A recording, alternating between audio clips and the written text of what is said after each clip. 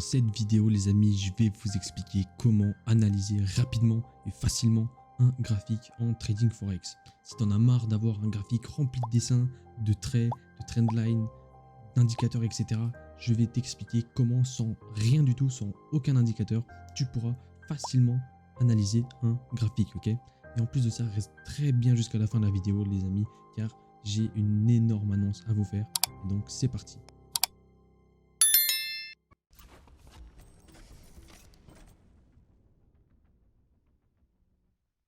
Bonjour à tous les amis, c'est Sweepy et bienvenue dans cette nouvelle vidéo. Donc comme vous avez pu le voir au titre aujourd'hui les amis, je vais vous expliquer comment analyser un graphique en Forex facilement, ok? Donc très facilement même. Donc c'est parti. Alors ce qu'on va faire pour que ce soit plus simple, c'est que je vais vous expliquer, je vais vous détailler une position sur EURUSD qui a lieu en ce moment même, ok? Donc voici le trade en question. D'ailleurs, le temps que je prépare la vidéo, etc., il est très bien parti. Donc c'est un pro-trend que j'ai pris ce matin même sur EURUSD et donc je vais vous détailler tout ça, je vais vous expliquer comment j'en suis arrivé à cette analyse, ok? Et donc restez bien jusqu'à la fin de la vidéo pour bien voir tout simplement si on va TP sur cette position ou bien si on va prendre un BE, ok? Et en plus de ça, en fin de vidéo, j'ai une très grande annonce à vous faire, donc restez bien jusqu'à la fin et c'est parti. Ok, alors comment je suis arrivé à prendre cette position?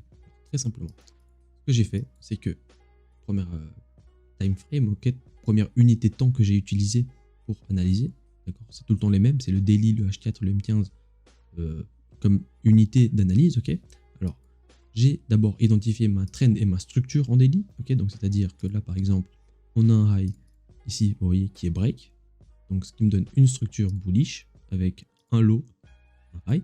Donc si vous comprenez pas tout ce que je suis en train d'expliquer, n'hésitez pas les amis à aller revoir les anciennes vidéos sur YouTube où j'explique plus en détail comment analyser par exemple et identifier une structure, etc.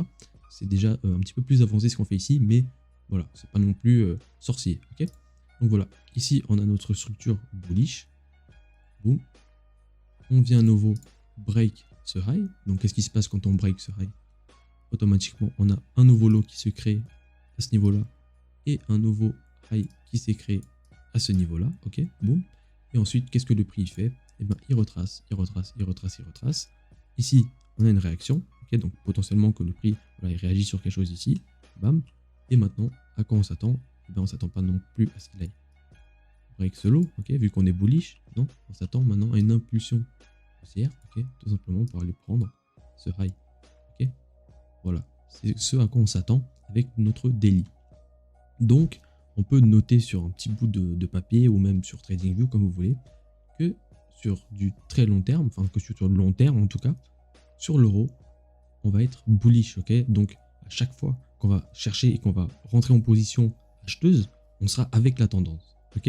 À chaque fois qu'on va prendre une position vendeuse, on sera contre cette tendance daily, ok? Donc, très important à noter. Ensuite, ce que j'ai fait, une fois que j'ai identifié ça, c'est quoi? C'est que j'ai essayé d'identifier où c'est que le prix, ici, il a potentiellement réagi pour justement démarrer son impulsion haussière. Okay, si le prix ici, il réagit nulle part sur une zone que je ne peux pas expliquer, ben, ça va m'inquiéter. Okay, je ne suis pas à l'abri que ce soit de lundi semaine, par exemple, okay, que le prix revienne plus bas dans cette dizaine d'ici, et ensuite il démarre son mouvement aussi. Okay, donc, tout le temps pouvoir justifier les réactions. Ici, si je justifie cette réaction, eh bien, on a cet extrême qui est un petit peu très grand, mais qui reste quand même notre extrême en daily, ok, donc où le prix réagit dessus, et donc on peut dire et justifier la réaction sur cette demand, ok. Donc voilà. Et maintenant, ce à quoi on s'attend, c'est quoi? Comme je vous ai dit, que le prix il aille break ce high, tout simplement, ok. Donc voilà. Ensuite, une fois qu'on a fait ça, boum, on range notre daily. Un petit dossier, voilà. Bam, vous écrivez daily. Bam. Et ensuite, qu'est-ce que vous faites? Vous passez en H4. Ok. Donc, boum, et on fait pareil en H4. On va identifier bien la trend et ensuite on va passer aux zones. Ici, qu'est-ce qu'on a? On a une trend qui était vraiment bearish. Ok. On a une trend bearish. Et ici, à ce niveau-là, la trend elle a changé. Okay. On est passé de bearish, on est passé de vendeur à acheteur. Ok. Comme le daily, ça s'est réaligné avec notre daily, donc très bien. Qu'est-ce qu'on fait? On identifie nos structures. Donc ici, on a un break d'un high à ce niveau-là, ce qui nous donne un low, un high. Ok, donc ça c'était notre structure. Voilà. Ensuite, qu'est-ce qui s'est passé? Est-ce qu'on est venu break ce low ou est-ce qu'on est venu break ce high? On est venu break ce high ici, vous voyez, boum. Tac, et donc ça nous donne à nouveau une nouvelle structure, ok, avec un low à ce niveau-là. Et là, on est en train de former le nouveau high. Ici, vous pouvez estimer, si vous voulez, que le prix il a retracé et qu'il a fait son impulsion haussière, justement, et qu'il a break ce high. Et donc, vous auriez une structure comme ceci et comme ceci. Seulement, comme je vous ai dit tout à l'heure, cette réaction ici, boum, pour moi, elle n'est pas vraiment justifiée. Okay, elle n'est pas justifiable, pardon. Je ne peux pas expliquer où c'est que le prix il a réagi. Ok, il a réagi nulle part pour moi. Ok, vous allez voir du gap, de l'imbalance, mais c'est pas des concepts que j'utilise moi. Ok, donc j'estime que le prix n'a pas vraiment réagi sur un niveau clé ou sur une dizaine.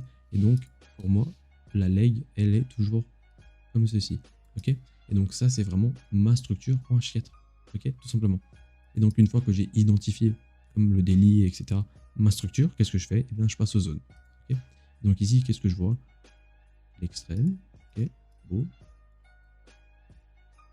Ok, je vois l'extrême et je vois cette inside bar ici qui pourrait être très intéressante. Pourquoi? Parce que on a de l'inducement en dessous, ok, donc c'est-à-dire de la liquidité, que le prix pourrait, voilà, récupérer pour faire un mouvement haussier, ok.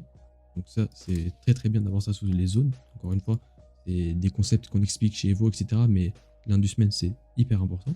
Et une fois qu'on a identifié bien notre trend, notre structure et nos zones en H4, pareil, on fait un petit dossier, boum, on le renomme en H4. Qu'est-ce que j'ai fait? Ok, c'est bon. On le renomme en H4 et ensuite, qu'est-ce que je fais? Je passe en M15, ok, tout simplement. Donc voilà. Une fois qu'on est arrivé en M15, est-ce que le processus, on va dire, est différent? Non, les amis, pas du tout. Ok, c'est tout le temps la même chose. On applique tout le temps les mêmes concepts, les mêmes règles. Donc, ce qui s'est passé ici, encore une fois, j'ai identifié eh bien, ma structure. Ici, voilà, j'ai ce high à ce niveau-là qui break. Boum. Donc, j'ai un break en M15. Ce qui me donne, non, comme ça, voilà. Ce qui me donne ici, boum, un low, un high. Ok, vous voyez que le retracement il s'est déjà fait, donc ça c'était hier soir les FOMC, donc c'était des annonces économiques, bref. Donc on a notre structure qui a été identifiée, et ensuite qu'est-ce qu'on fait? Eh bien on va passer aux zones, ok, on va passer au PY. Donc ici qu'est-ce que je vois par exemple? Je vois pas une prise de liquidité de ce lot, ok, boum. Et donc ici on aurait en plus que ce soit un extrême, un liquidity PY, donc on peut le mettre à ce niveau-là, ok. Et ensuite je vais identifier les réactions du prix, ok, pour trouver des zones, tout simplement. En fait. Donc là, boum, je vois que le prix réagit, donc ça donne sur ça. Ça peut être de l'inducement pour l'extrême, donc je laisse, ok. Ensuite, je suis. Ici, on a une réaction à ce niveau-là, ok. Donc est-ce qu'elle est justifiée? Oui, elle est justifiée, ok. On peut être en train de réagir sur ce qui reste de cette mèche ici à gauche, ok. Donc encore une fois, si vous comprenez pas tout ce que je suis en train de faire, c'est pas très grave, les amis, c'est pas non plus évident à comprendre, ok. Mais une fois que vous avez, entre guillemets, compris les concepts, ok, que ce soit les supply, les demands, etc., l'analyse en elle-même, elle va aller très vite, ok. Mais après, il est vrai, les amis, que vous ne pouvez pas, entre guillemets, analyser rapidement et facilement si vous ne connaissez aucun concept en trading, ok. Ça, c'est évident. Donc voilà, d'abord formez-vous, familiarisez-vous avec les concepts, et ensuite passez à l'analyse, les amis, c'est tout, ok. Donc voilà. Ici, on est bullish, on a la réaction sur cette supply. Donc, qu'est-ce qui va se passer ici? On va zoomer. On réagit, on fait le pullback. Le prix refait un mouvement haussier et ensuite il fait un mouvement baissier qui vient quoi? Liquider, ok, ce lot qui s'est formé, ok. Donc là, on a un flip et on a une prise de liquidité. Ok, très bien. Donc, on a une zone valide. Et vous allez voir, hein, c'est plutôt drôle, entre guillemets, que durant les annonces économiques, malgré toute la volatilité qu'il peut y avoir durant la FOMC, etc. Vous voyez que le prix, il n'est pas venu ici, il n'est pas venu ici, il n'est pas venu ici, ok. Il est vraiment venu liquider ce lot ici. Vous voyez, boum, avant de faire son mouvement haussier, ok. Donc même les annonces économiques, les amis, ne croyez pas que c'est parce que c'est des annonces économiques, que le prix va aller faire n'importe quoi, qu'il va aller toucher des niveaux n'importe où, n'importe comment. Non, même les annonces économiques, les amis, sont contrôlées. Ne le pensez pas, ok?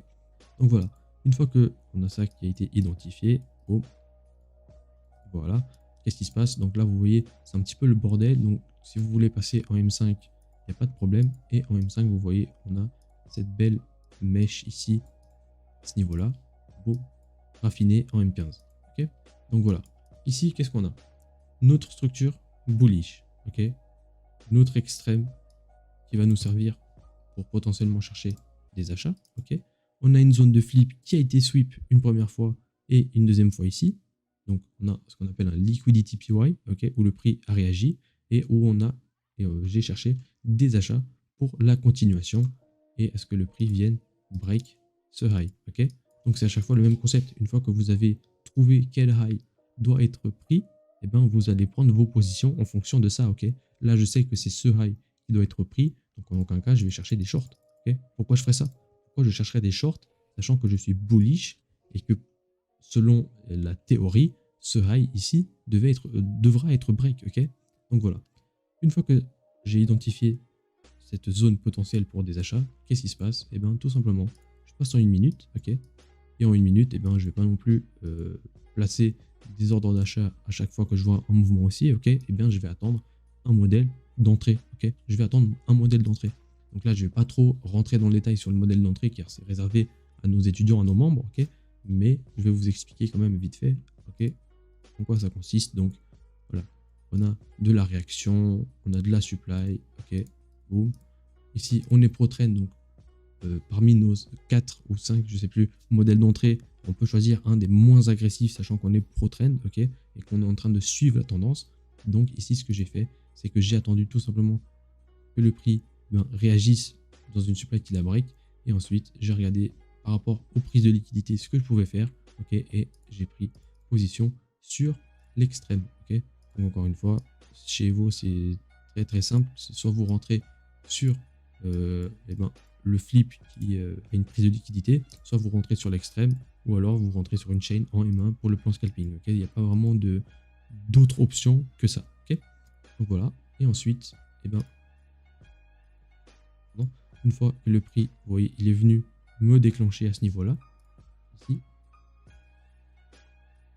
je vais passer comme ça, voilà. Une fois que le prix il est venu me déclencher, j'ai attendu tout simplement qu'il break un niveau clé pour me mettre ABE. Okay, donc ceux qui ne savent pas ce que c'est se mettre ABE, c'est tout simplement prendre son SL et le mettre au point d'entrée pour éviter tout simplement de prendre une perte. Okay, au cas où le prix fasse ça et qu'il revienne sur le point d'entrée, vous allez sortir de position à 0, okay, sans perte, sans gain, tout simplement. Okay, donc voilà, ici j'attends que le prix vienne me BE comme ceci, et une fois que le prix m'a BE seulement à ce niveau-là, là oui, j'ai été en M15 pour chercher mon target. Okay, alors, niveau target, je vais vous expliquer. Vu qu'on est pro-trend en daily, en H4 et en M15, c'est évident qu'on peut, voilà, target, comme je vous ai dit tout à l'heure, ce high. Okay, donc ce qui nous fait une position à 20R, 19R plutôt. Si vous tradez à 1%, ça vous fait 19%. C'est une très très belle position. Okay, moi, je suis un trader intra. C'est-à-dire que j'aime pas trop swinger mes positions. Même si là, on est le matin et qu'il y a de fortes chances qu'en fin d'après-midi, etc., ou même en début d'après-midi, on puisse venir prendre ce high. Vu les annonces que j'ai l'après-midi, etc., j'ai préféré trouver une zone un petit peu plus sûre pour prendre potentiellement un partiel. Ok, ici, voilà, je vais prendre mon premier partiel. Voilà. Et ensuite, mon dernier TP sera ici à ce niveau-là. Okay, mais en aucun cas, je vais prendre 19% sur cette position. Non. Okay, je suis très honnête, les amis. Je prends ici mon premier partiel à 10R, ce qui est déjà très très bien. Ok, je vais pas vous mentir, c'est déjà très très bien. D'ailleurs, c'est pas 10R que j'ai paramétré ma position, mais je suis à 3,5. Voilà, je suis environ à 9R sur mon trade. Ok, donc ça, c'est vraiment le vrai point d'entrée que j'ai pris. Là, je suis en train de vous faire le récap. Et ensuite, une fois que je suis ABE et que j'ai identifié mon target, je vais attendre tout simplement voilà, que le prix vienne le chercher. Okay, donc là, on verra les amis en fin de vidéo, je vous mettrai ce qui s'est passé sur le 13, si on a TP, si on a ABE, etc. Et puis voilà. Donc voilà, c'est comme ça que moi j'analyse tous les matins mes graphiques, ok, en identifiant la trend, la structure, les PY, et ensuite, eh ben, j'attends que le prix revienne sur mes PY, et ben, j'exécute, tout simplement, ok. Donc voilà, les amis. Concernant l'annonce que je voulais vous faire, voilà, sur cette position, il faut savoir qu'elle était disponible, l'analyse, elle était totalement disponible gratuitement sur un Telegram que j'ai mis en place, ok. Donc quelqu'un me l'avait demandé sur une de mes anciennes vidéos en commentaire, donc j'ai mis en place un Telegram où je vous partage toutes mes zones, ok, le matin. Donc imaginons qu'il n'y ait pas de position ici, voilà. Ce matin, j'ai partagé, je vous mettrai à l'écran ce que j'ai partagé ce matin dans le groupe Telegram, et comment vous aurez pu, vous aussi, du coup, prendre cette position et potentiellement profiter des 9R si en TP. Ok. Donc n'hésitez pas, les amis, je vous mets le lien en commentaire. N'hésitez pas à rejoindre le Telegram, c'est gratuit. Et puis voilà. Donc sur ce, je vous dis à la semaine prochaine pour une nouvelle vidéo. Faites très attention sur les marchés et à la semaine prochaine.